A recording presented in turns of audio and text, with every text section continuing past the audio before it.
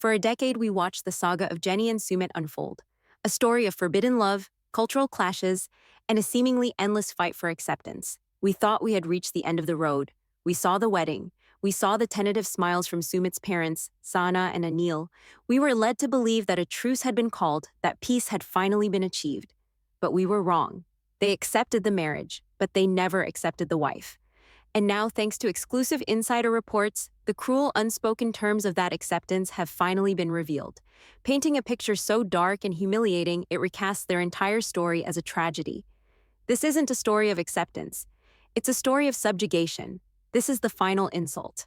Before we dive deep into the shocking evidence and unpack this devastating theory, do me a quick favor. If you followed this story and believe Jenny deserves respect, hit that like button right now. And make sure you are subscribed with all notifications turned on, because you are not going to want to miss the explosive updates and exclusive theories we bring you. This is the story the network doesn't want you to see, and we're going to expose all of it. Let's begin by setting the stage, by revisiting the illusion of peace that was so carefully constructed for the cameras and for the audience. We all breathed a sigh of relief, didn't we? After years of tears, threats, and ultimatums, it appeared that Sahna and Anil had finally laid down their arms. The family astrologer, a figure of immense authority and a longtime barrier to their union, had seemingly given his blessing. He spoke of planetary alignments and cosmic shifts, but what we're now hearing is that his words were merely a convenient cover, a spiritual loophole that Sahna could exploit for her own sinister purposes. The peace was never real. It was a strategic retreat. It was Sahna, a master tactician of familial warfare, realizing that outright opposition was no longer working. She couldn't stop the legal marriage, so she decided to redefine it. She decided to hollow it out from the inside until the marriage certificate was nothing more than a worthless piece of paper, a souvenir from a war that Jenny thought she had won. The truth began to surface not from a televised confrontation, but from a quiet, unguarded moment. Our information comes from a source we can only describe as a longtime family friend, someone who has been in and out of Sahna and Anil's home for years. This individual, who must remain anonymous for their own safety and to maintain their access, was present during a small gathering at the family home. It was an afternoon tea with some of Sahna's closest confidants. Jenny was not present. She was, according to our source, occupied with household duties at the time. As the women chatted, the topic of Jenny and Sumit inevitably came up. One of Sahna's friends commented, perhaps with a hint of surprise, that it was good to see everyone getting along. And that's when Sahna, feeling comfortable and emboldened in the company of her allies, revealed the true nature of the truce. Our source, who was pouring tea nearby, overheard the conversation with chilling clarity. Sahna allegedly leaned in, a smug, satisfied smile on her face, and boasted in a low, conspiratorial tone. The words she spoke are the key to this entire nightmare. The marriage paper means nothing, Sahna reportedly said. In my house, she is not a daughter-in-law. She is a helper, an old helper. She paused, letting the weight of her declarations sink in. She will cook, she will clean, and she will stay out of the way. This is her place now. Let's stop and analyze that statement. Every word is dripping with malice. Every phrase is a calculated blow designed to strip Jenny of her identity and her dignity. The marriage paper means nothing. This is Sahna's declaration of sovereignty. She is stating that the laws of the Indian government, the legal and binding contract of marriage, are irrelevant within the four walls of her home. Her law is the only law that matters. She has created her own private kingdom where she is the absolute monarch. And Jenny's legal status as wife is null and void upon crossing the threshold. It's a stunning display of arrogance and control. In my house, she is not a daughter-in-law. This is the direct and brutal nullification of Jenny's entire decade-long struggle. The title of daughter-in-law, or bahu in Hindi, is not just a label. It is a position of honor, respect, and integration into the family. It carries with it rights, responsibilities, and a place in the family hierarchy. By denying Jenny this title, Sahna is not just insulting her, she is erasing her. She is communicating to her friends, and by extension to her entire social circle, that this American woman has not been absorbed into the family. She is an outsider, a tolerated presence, but never, ever family. She is a helper. This is the reclassification, the demotion. It's a calculated move to place Jenny into a predefined, subservient role. A helper, a servant, has no say. A servant does not participate in family decisions. A servant does not inherit. A servant does not sit at the head of the table. A servant is there to perform tasks, to be useful, and to be invisible. By labeling her a helper, Sahna has effectively put a price tag on Jenny's presence. Her worth is no longer measured by the love she shares with Sumit, but by her utility as a domestic laborer. And then, the most cruel and personal cut of all, an old helper. The addition of that single word, old, is the final twist of the knife. It is pure, unadulterated cruelty. It's an attack on her age, the very thing Sahna has weaponized against her from the very beginning. It's a constant reminder of her otherness, of her perceived inadequacy. It's not just that she's a servant who is past her prime. It's a way for Sahna to mock Jenny's age, her appearance, and her perceived vulnerability, all while reinforcing her own position of power. It's a daily verbal reminder that Jenny is not only subordinate, but also, in Sahna's eyes, pathetic. She will cook, she will clean, and she will stay out of the way. This is the job description. This is the blueprint for Jenny's life moving forward. It's not about sharing a life, it's about fulfilling a function. The phrase "stay out of the way" is particularly revealing. It means Jenny is not to have an opinion. She is not to be a part of major family conversations. Her presence is tolerated only as long as it is unobtrusive. She is to be seen only when serving, and heard not at all. This is not a family dynamic. This is an employer-employee relationship, and a deeply exploitative one at that. This is her place now. That final chilling sentence. It's a life sentence. It signifies that this is not a temporary arrangement. This is not a probationary period. This is the new and permanent reality. Jenny fought for 10 years to find her place in Sumit's life, and in Sahna's cruel new world, this is it. The bottom of the ladder, the lowest rung of the family hierarchy, a position from which there is no promotion, no escape, only quiet, daily servitude. This single overheard conversation, this insider report, is the Rosetta Stone that decodes every single interaction we've seen since the supposed reconciliation.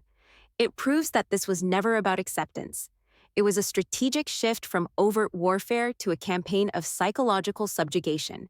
Sahna couldn't win the war by fighting on the battlefield of marriage, so she moved the conflict into her own home, where she could control all the terms of engagement. She has allowed the marriage to exist as a legal fiction, but only by demoting Jenny from the role of wife to the status of servant.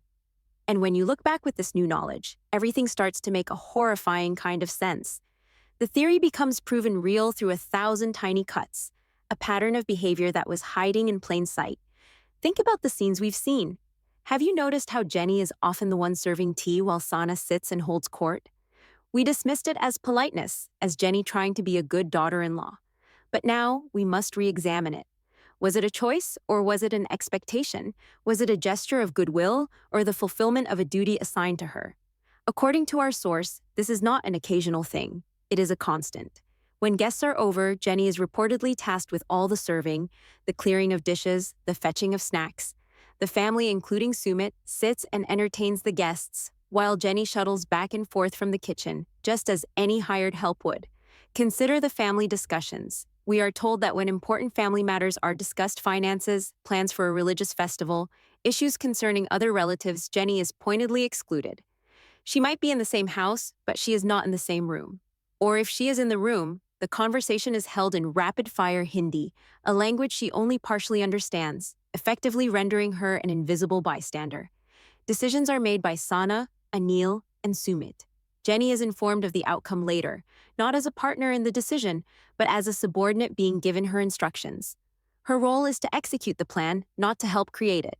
Her opinion is not sought because in this new hierarchy, the opinion of the helper is irrelevant. This goes beyond simple chores. A daughter-in-law in a traditional Indian family is certainly expected to help around the house, but she is also groomed to one day take over the running of the household. She is taught family recipes, she is included in budgeting, she is given progressively more responsibility and authority. It is a form of apprenticeship. What is happening to Jenny is the opposite of that. She is not being integrated, she is being isolated. She is being given the tasks that are considered menial, the chores reserved for household staff, while being deliberately firewalled from any position of real influence or knowledge within the family's inner workings. She is not learning to become the future matriarch. She is being cemented in her role as the permanent scullery maid. The most heartbreaking part of this entire dynamic is Sumit's role. We have to ask the difficult question: is he a victim in this, or is he a willing accomplice? The truth, as is often the case, is likely somewhere in the murky middle. Sumit loves Jenny. After 10 years, we can't doubt that. But he has been raised in a system of absolute parental authority. The psychological conditioning he has undergone his entire life to obey his mother and father without question is a force more powerful than perhaps even he understands. He fought them for a decade to marry the woman he loves, and that fight clearly took its toll. He was exhausted, he was broken, and so when his mother offered him a solution, a path of least resistance, he took it. Sahna's ultimatum was likely never spoken aloud to Sumit in such blunt terms. It would have been more subtle. Sumit, if this woman is to live under our roof, she must contribute. She must understand our ways. She must show respect. To an outsider, these words sound reasonable, but to Sumit, they are coded languages. He knows what contribute means. He knows what show respect means. It means obedience. It means Jenny must fall in line. Sumit, desperate for peace, desperate to have both his wife and his parents in his life, likely agreed to these terms without fully comprehending the soul-crushing reality he was imposing on Jenny. He saw it as a compromise. He saw it as a way to finally end the fighting. He brokered a peace deal, but he failed to read the fine print. And the fine print stipulated that Jenny's dignity was the price of that peace. So now, Sumit acts as the middle manager in this cruel family corporation. Sahna is the CEO, issuing directives from the top. Jenny is the employee on the factory floor, and Sumit is the shift supervisor, tasked with ensuring the employee stays productive and doesn't cause any trouble. We see him translating his mother's requests to Jenny. We see him gently encouraging her to just do it to keep the peace. He is in effect enforcing his mother's subjugation of his own wife. He may do it with a sad smile. He may do it with a heavy heart, but he does it. He has chosen the path that avoids confrontation with his parents, even if it means sacrificing his wife's happiness and self-respect on the altar of family harmony. He is not a monster. He is something almost more tragic, a man who is too weak to protect the woman he fought so hard to win. He won her hand, but he is allowing his mother to crush her spirit. This new reality is a prison of a million small humiliations. It's the way Sahna will pointedly compliment another woman's cooking in front of Jenny. It's the way Anil will hand his empty teacup to Jenny without making eye contact, as one would to a servant. It's the way extended family members, taking their cues from Sahna, will treat Jenny with a polite but distinct distance, never truly engaging her as an equal. Each of these moments is a tiny paper cut, but over time, they are designed to bleed Jenny's spirit dry. The goal is not to drive her away physically. That would make Sahna look like the villain. The goal is to break her down emotionally, to make her accept her diminished role, to force her into a state of such quiet desperation that she polices herself. The perfect victory for Sahna is not for Jenny to leave, but for Jenny to stay and accept her place as the family's old helper. This is the devastating final state of Jenny's dream. She spent 10 years fighting for a single word: wife. She endured lies, threats, social ostracization, and the constant fear of losing the man she loved. She fought for the right to be legally recognized as Sumit's partner, and in the end, she won. She has the legal document, she has the ring, she has the title. But Sahna, in a final brilliant act of psychological warfare, has rendered that title meaningless. She has allowed Jenny to win the battle for the marriage certificate, only to ensure she would lose the war for respect, dignity, and a place in the family.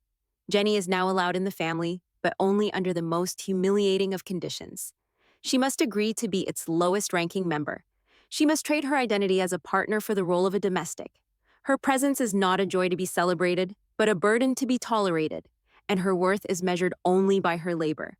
This is the final daily humiliation, orchestrated by a mother-in-law who could not prevent the marriage, and so decided to poison it from within. It's a quiet, insidious form of cruelty, one that doesn't leave bruises or scars that can be seen by a camera. It leaves the invisible wounds of a spirit being slowly and systematically crushed. Think of the irony. Jenny left her life in America, her children, her grandchildren, her own culture, all for a life with Sumit. She dreamed of being welcomed into his big, vibrant Indian family. She dreamed of being a wife, a partner, and eventually, a respected elder. Instead, she has been maneuvered into a position that is arguably lower than the one she held in America. She has become an unpaid live-in domestic servant, isolated from her own support system and completely dependent on the very people who are orchestrating her daily degradation. The questions we must now ask are almost too painful to contemplate. How long can anyone endure this? How long can a love survive in an environment of such profound disrespect? Jenny has always been a fighter. She is a woman of incredible resilience. But is there a breaking point? What happens when the reality of her situation fully sinks in? What happens when she realizes that this is not a temporary phase, but her permanent reality? Will she continue to swallow her pride for the sake of a quiet life with Sumit? Or will the fighter inside her, the woman who crossed the world for love, finally realize that the love she is receiving is not worth the price of her own soul? This is not just a family drama anymore. It is a psychological thriller playing out in real time. Sahna has laid a perfect trap. She has granted Jenny's greatest wish of marriage to Sumit and turned it into her own personal cage. It's a cage with invisible bars, constructed from social expectations, cultural norms, and the silent complicity of her own son. Jenny can stay in the cage, but she must live as a ghost, a functionary, a helper. Her only other option is to leave, to admit defeat, to give Sahna the ultimate victory and lose the man she has sacrificed everything for. It is a cruel, impossible choice. The love story has become a hostage situation, and Jenny's spirit is the ransom. And as we watch this unfold, we must reevaluate everything we thought we knew. The tears, the fights, the grand romantic gestures, they were all just the prelude to this. The real story was never about whether they would get married. The real story was always about what would happen after. It was about power, control, and one mother's absolute refusal to be defeated. Sahna has proven that you don't need to forbid a marriage to destroy it. You just need to redefine it into a form of servitude. The evidence is mounting. The pattern is clear. This is the final insult. This is Sahna's cruel ultimatum made real. Jenny can stay with Sumit, but only if she agrees to live as a servant, not a wife. She has won the legal battle, but day by day, she is losing the war for her own identity. This fragile truce is a lie, a carefully constructed illusion to hide a reality of domestic subjugation. And the most terrifying part is that this may only be the beginning. Sahna has won this round, and her confidence is growing. What other humiliations, what other tests of loyalty and endurance does she have in store for the old helper in her home? The dream has become a nightmare, and we are all watching it unfold, one soul-crushing chore at a time. The final chapter of their story is not about love conquering all. It's about what happens when love is not enough, and one woman is forced to choose between the man she loves and the very essence of who she is. This is the tragic truth of Jenny's new life. Let's delve deeper into the psychological labyrinth that has been constructed around Jenny. To truly understand the horror of her situation, we must put ourselves in her shoes and examine the invisible walls of the prison she now inhabits. This isn't a prison with iron bars and locked doors. It's far more insidious. It's a prison of emotional manipulation, cultural obligation, and the slow, methodical erosion of a person's self-worth. Sahna's strategy is a masterclass in psychological warfare, and Jenny is its sole casualty. The first and most powerful weapon being used against Jenny is the concept of the boiling frog. This isn't a situation where Jenny arrived one day and was handed an apron and a list of chores. That would have been too obvious. It would have triggered her defenses. No, this has been a gradual process, a slow turning up of the heat. It began with small requests. Jenny, would you mind getting the tea? Jenny, the guests are here. Could you bring out the snacks? Each request, on its own, seems perfectly reasonable. Jenny, wanting to please, wanting to fit in, wanting to prove Sahna's prejudices wrong, would have readily agreed. She likely saw it as her contributing, as her way of being a good daughter-in-law. She was trying to earn her place. But with each act of service, a precedent was set. The requests slowly morphed into expectations. What was once asked for politely is now simply assumed. Her role as the family's server and domestic helper was not declared. It was established through a pattern of conditioning.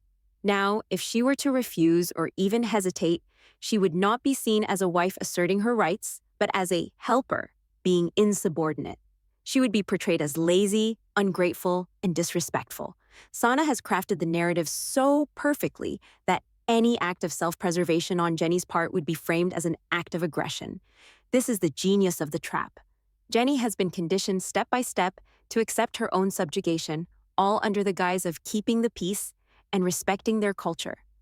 The second, and perhaps most tragic psychological factor at play, is the sunk cost fallacy. Jenny has invested more than a decade of her life into this relationship. 10 years. Think about that. A full decade of fighting, of waiting, of hoping. She gave up her home, her country, her financial stability. She has alienated herself from her own family, who surely must have warned her and worried for her. Her entire identity for the past 10 years has been the woman fighting to marry Sumit. Now that she has the prize, how could she possibly walk away? To leave now would be to admit that the last 10 years were a catastrophic mistake. It would mean admitting to herself and to the world that her critics were right all along. It would mean facing her children and grandchildren and having to say, "You were right, I wasted a decade of my life." The psychological weight of that admission would be unbearable for anyone. And so she stays. She endures the daily humiliations because the alternative is to confront a truth so devastating it could shatter her. The sunk cost of her 10-year investment is an anchor weighing her down. She would rather endure a miserable reality than admit that the dream she sacrificed everything for was built on a foundation of lies. She is trapped not just by Sahna, but by the sheer weight of her own history. Every day she stays, the anchor gets heavier, and the possibility of escape grows more remote. Then there is the profound isolation. We see her on camera in a house full of people, but make no mistake, Jenny is utterly alone. She is in a country where she does not have a deep understanding of the nuanced social codes. She has a rudimentary grasp of the language, but is far from fluent, meaning she is always on the outside of inside jokes, of rapid-fire family debates, of the subtle gossip that binds a family together. Language is not just about communication, it's about connection, and she is deliberately being kept disconnected. Who can she talk to? Really talk to? Sumit is compromised. He is the enabler, the peacekeeper who will always, when pushed, side with the path of least resistance, which is his mother's will. To complain to Sumit is to put him in an uncomfortable position, and he has shown time and again that he will prioritize his own comfort over confronting his parents. Her children are thousands of miles and a dozen time zones away. A phone call can offer temporary solace, but it cannot change her daily reality. She has no local friends, no independent social circle, no one who can pop over for a cup of coffee and say, "What they are doing to you is not okay." She is on an island surrounded by the smiling faces of her own jailers. This isolation is a key tool of control. An isolated person is easier to manipulate, easier to break. Sahna knows this. The family unit, which should be her source of support, has been weaponized and turned into her gilded cage. Let's not forget the financial dependence. This is a crucial, if often unspoken, element of her powerlessness. Jenny has used up her life savings. She is living on a modest social security income in a foreign country. She is completely dependent on Sumit and his family for her housing and much of her daily life. This financial precarity strips her of her agency. Leaving is not just an emotional decision, it's a logistical nightmare. Where would she go? How would she afford it? The practical barriers to her escape are almost as formidable as the emotional ones. Sahna is keenly aware of this power dynamic. Jenny's lack of financial independence is another chain, invisible but incredibly strong, that keeps her shackled to her role as the family's helper. Now, we must turn our analytical gaze to the man in the middle, the linchpin of this whole tragic affair, Sumit.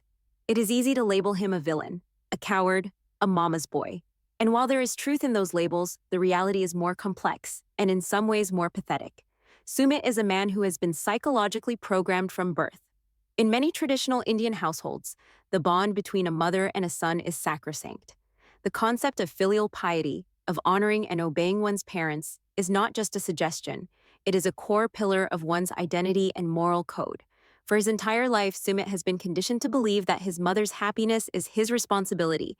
Her approval is the ultimate prize, and her disapproval is a source of profound shame and failure. He spent 10 years defying that programming, and it almost broke him. The fight for Jenny was a rebellion against the very core of his cultural identity. He endured his mother's tears, her threats of disownment, the public shaming. He went against everything he was ever taught, and he won. But it was a Pyrrhic victory. He emerged from that decade-long war exhausted, traumatized, and desperate for a ceasefire. So when Sahna offered him a deal, however unspoken, he grabbed it with both hands. The deal was simple. You can have your wife, and I can have my son back. But the wife must exist on my terms. Sumit, in his desperation for peace, saw this as a viable compromise. He likely tells himself that this is just a transitional period. He probably justifies it to himself and to Jenny by saying, "This is just how my mom is. We have to be patient. We have to show them respect. It will get better over time." But does he really believe that? Or is it the comforting lie he tells himself so he doesn't have to face the fact that he's actively participating in his wife's humiliation? He has become a master of what we can call gaslighting light. When Jenny expresses frustration or sadness, does he validate her feelings? Or does he manage them? Does he say, "You're right, my mother is being cruel and I will speak to her"? Or does he say, "Oh, you're being too sensitive. Mom didn't mean it that way. You just have to understand the culture"? The latter is a form of manipulation. It reframes the abuser's actions as a cultural misunderstanding and the victim's reaction as an overreaction. It subtly shifts the blame onto Jenny, making her feel like she is the one who is failing to adapt, rather than acknowledging that she is being deliberately mistreated. Sumit does this not because he is evil, but because he is weak. Confronting his mother requires a level of courage he no longer possesses. It is easier to manage his wife's feelings than to challenge his mother's authority. And so, with every gentle platitude and every excuse he makes for his parents, he drives another nail into the coffin of Jenny's spirit. He is the smiling, gentle warden of his wife's prison. And that brings us to the architect of it all, Sahna. To understand her, we have to look beyond the simple caricature of the evil mother-in-law. Her motivations are a toxic cocktail of possessiveness, social anxiety, and a desperate need for control. In her mind, Jenny is not just an older foreign woman who is an unsuitable match for her son. Jenny is an invader. She is a symbol of everything that threatens Sahna's world. She represents a rejection of tradition, a rejection of Sahna's authority, and most importantly, a threat to her bond with her son. For decades, Sahna was the most important woman in Sumit's life. Her word was law. Her comfort was his priority. Then Jenny arrived, and for the first time, her son had a loyalty that superseded his loyalty to her. This was a fundamental threat to her identity, both as a mother and as the matriarch of her family. Her war against Jenny has never been about Jenny's age or nationality, not really. Those are just the convenient weapons. The war has always been about reestablishing her own primacy. It's about proving that she is still the one in charge. And think of the social pressure. The gossip in her community, the whispers from other relatives and neighbors, would have been a source of immense shame for her. A son marrying a foreign woman twice his age is a major deviation from the norm. It reflects in her mind a failure on her part as a parent. Her pride was wounded. By forcing Jenny into the role of a servant, Sahna is not just punishing Jenny, she is rehabilitating her own social standing. She is sending a powerful message to her social circle. Do not think for a moment that I have lost control. Do not think this American woman has defeated me. Look, she serves me tea, she cleans my floors. I am still the queen of this castle. I have tamed her. It's a performance of dominance, a way to reclaim her honor in the eyes of her peers. Sahna's long game is terrifyingly brilliant.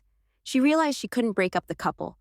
Outright hostility only made Sumit more defensive of Jenny. So she switched tactics. She embraced the "if you can't beat them, make them join you on your own terms" strategy. She allowed the marriage, but in doing so, she absorbed Jenny into her own territory, a battlefield where Sahna writes all the rules and controls all the supplies. She has given Jenny the illusion of victory while securing the substance of it for herself. Jenny has the marriage certificate, but Sahna has the power. It is a total, comprehensive, and soul-crushingly effective victory. So where does this leave them? What is the endgame? We can foresee several potential and mostly tragic futures. The most likely scenario is the slow fade. Jenny, beaten down by the daily grind of small humiliations and trapped by the sunk cost of her decade-long investment, simply gives in. She accepts her role. The light in her eyes dims. She becomes the quiet, compliant, old helper that Sahna wants her to be. She and Sumit will continue to live together, perhaps even sharing moments of affection in private, but her public life will be one of servitude. It's a living death, a slow-motion tragedy where she loses herself one cup of tea at a time. There is another more dramatic possibility, the breaking point. There may come a day when the humiliation is too public, too sharp, too painful to ignore. Perhaps Sahna says something unforgivable in front of guests. Perhaps Sumit fails to defend her in a moment of critical importance. In this scenario, the fighter in Jenny, the woman who has proven her resilience time and again, reemerges. The dam of her suppressed anger and frustration breaks. This would lead to a confrontation of epic proportions, one that would force Sumit to finally make a choice he has spent a decade avoiding: his wife or his parents. Given his track record, it's a choice he would likely fail, leading to the final heart-wrenching end of their story. Could Sumit ever have an awakening? Could he ever look at the woman he loves, see the light fading from her eyes, and realize what his complicity has wrought? It's possible. Perhaps a health scare, or a particularly honest conversation, or seeing his wife finally break down in tears could shock him out of his passive stupor. He might finally find the courage to say to his parents, "Enough, she is my wife, not your servant. We are moving out. You will treat her with respect, or you will not see me." This is the happy ending we all want to root for. It's the Hollywood ending.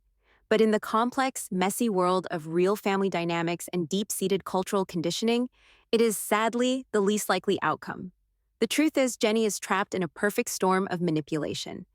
Her love for Sumit blinds her. Her 10-year investment chains her to the past. Her financial and social isolation robs her of her power. Sumit's weakness makes him an accomplice, and Sahna's brilliant, cruel strategy exploits every single one of these vulnerabilities. The question is no longer whether they will be together. The question is, what will be left of Jenny when Sahna is finished with her? Is a life of humiliation worth it for love? Or is what she has with Sumit no longer love, but a life sentence? This is the final, tragic chapter. A story that began with a hope for a cross-cultural romance has devolved into a cautionary tale about power, control, and the slow, quiet destruction of the human spirit. She won the battle for the wedding, but she is losing the war for her soul. Share this video if you believe Jenny deserves better. And let me know in the comments below, what should she do now? Is there any way out? Or is it already too late? Don't forget to like and subscribe, because the inside story is always more complicated and more shocking than what you see on your screen.